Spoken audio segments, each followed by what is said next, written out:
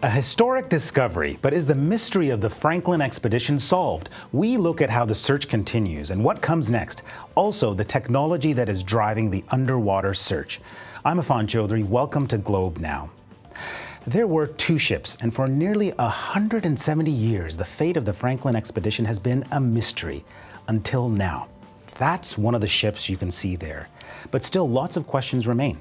To help us answer them is John Geiger. He is the CEO of the Royal Canadian Geographical Society, which brought together private and nonprofit partners to help in the hunt. Welcome, John. Thank you. And congratulations. Thank you so much. Looking at this footage, what tells you that this is one of the Franklin ships? Well, I mean, its size, shape, all the characteristics. You know, we have the deck plans, the plans for the ship. So, you know, there's no question that it's a Royal Navy vessel of that vintage. The question is, which of the Franklin expedition ships is it? And that's a question that is yet to be answered. They're very similar, but there are distinguishing characteristics. So in the next week, I'm very hopeful that we'll be able to determine whether it's Erebus or Terror. I mean, walk me through the steps in terms of what happens next for this particular ship. Well, what happens next is about within 48 hours from now, the divers are back on. We've got a team of divers who will be on the Sir Wilfrid Laurier Canadian Coast Guard ship, and they will be returning to the site of the find. And if the weather is cooperating, they will actually dive on the ship. It's actually in incredibly shallow water. It's only about 11 meters deep. So, you know, this is an easy dive for them. They're capable of working under much greater depths than that. So, not to say it's ever easy in the Arctic, but certainly this is a ship that they can reach and document, and they'll have you know, cameras with them. And what do you expect to find on the ship? Well, it's hard to say, but I think what we are going to find are a lot of artifacts of great historical interest related to the Franklin expedition. Obviously, the ship hull is largely intact, and so you know, the contents of that ship are likely to be largely present. The Inuit, we know, likely visited this ship and removed materials from it, so certainly not everything is there, but I think that you're going to see an astonishing array of artifacts collected, and some of these will help shed some light on the final months, weeks, and days of the expedition. We're talking about one ship, but there's a second ship, and I wonder the likelihood of finding that second ship. Well, it's taken an awfully long time to find this one. You know, the searches began in 1848, and here we are today. Finally, we have a ship. So, you know, it may not happen overnight. On the other hand, you know, we threw a lot of resources at this search this summer. As you mentioned, the Royal Canadian Geographical Society, the W. Garfield Weston Foundation, One Ocean Expeditions, Shell Canada, Arctic Research Foundation, joining Parks and 13 other agencies of the federal government and the government of Nunavut. So it's a huge, huge undertaking. And you know, there were 4 platforms or ships involved in the search, and then smaller vessels. So, you know, there was a lot of capability up there. I was feeling pretty confident going into the field season that we would have some success this year, although there's no guarantees. And the other ship could well be very distant from this one. I wonder, what was the most important factor that made 2014 the breakthrough year? I think it just is the capability that we had up there. You know, we had a lot of resources. We had 2 AUVs, you know, 4 ships, smaller launches. So there was a lot of capability, a lot of sonars going, and a lot of coverage, and just more coverage than we've seen in any of the previous years. I mean, there's been lots of reaction, and I want to share one from a Globe reader. This is from Lisa Delorme. When will the government quit wasting money on things that really don't benefit this country? What do you say to people like that? Well, I say she's wrong in terms of her facts. The government hasn't spent actually very much money on this, relatively speaking.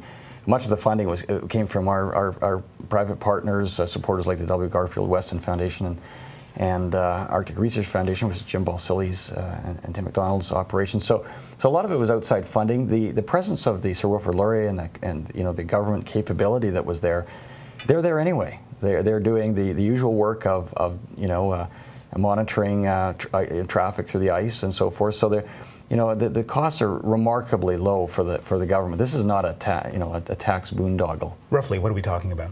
I think on the government side, it's a couple $100,000. And when you think about per year. Yes. In terms of its search. Well, yeah, probably for this. I mean, I don't really know. I don't have the costing, but I would ballpark it with that. So when you look at that and you look at the benefits of a find of this kind to help us understand our history, help us to understand why Canada exercises sovereignty over the Arctic. You know, it's willfully blind to ignore the importance of the Arctic to Canada and to our future. And surely it's important for Canadians to understand how we came about owning that part of the world. Well, it's interesting you should say that, because this is very much part of our history, but it's also about our future. And this is a government that will argue that this find, this ship, represents Canada's moral authority in the Arctic when it comes to the sovereignty issue.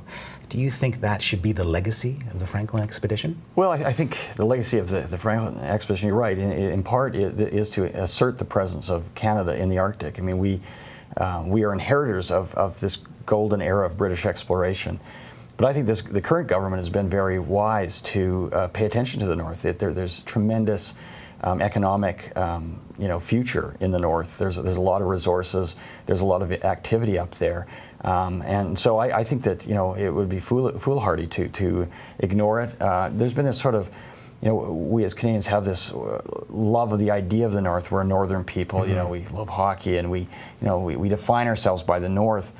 But in fact, many Canadians haven't experienced the true North, which is the Arctic, the Canadian Arctic. And so this, I think, brings the Arctic closer to many people, and they can begin to relate to that part of the world. But you want people to get excited about this find. You want people to get excited about Canadian history. And there is a political element and agenda to this. Sure, I'm wondering if sometimes that gets in the way of generating that excitement, because people are wondering, what is the political agenda here? There's always cynicism. I mean, I've spoken to the Prime Minister about this. His interest in this is absolutely sincere. He's a student of the North. He loves that part of the country. He travels, as you know, extensively, more than any Canadian political leader has in our history. And is that a bad thing? Is it a bad thing to have political leadership that is interested in a part of the country that represents very much the economic future and in some respects the cultural future of our country? I don't think so. You have a passion, for the Franklin expedition. You've co-written a book about the expedition. Describe that moment when you realized that's it. I was euphoric. Obviously, I was extremely excited, very happy. There was a toast proposed very shortly thereafter. But I was also, haunted by it a little bit, as I've always been by the expedition, by the fact that 129 men died. And, when we were there, I had the Anglican Book of Common Prayer with me, and I cited a prayer for those lost at sea as well. I had a few moments to reflect on the fact that there may well be human remains on that ship, and there are many of the members of the expedition have never been found. So, it's really mixed emotions, great excitement. I think this is a great moment for Canada, but I also think we need to remember what we're talking about here. We're talking about a terrible disaster that's unprecedented, really, in exploration history. Thank you so much, John. Thank you. Well, we want to hear from you. Prime Minister Harper has called the discovery of one of the Franklin ships a historic moment for Canada. What does it mean to you? Tweet us at Globe Now. Staying with the story of the Franklin expedition ships, technology has played a massive role, and that includes underwater technology, which looks a lot like a mini submarine. It's being used to map the ocean floor and to search for clues. The company behind it is based in St. John's. We caught up with a team member here in Toronto as he was returning from the Arctic to Newfoundland and Labrador. My name is Dave Shea, and I'm the engineering manager with Kraken Sonar Systems.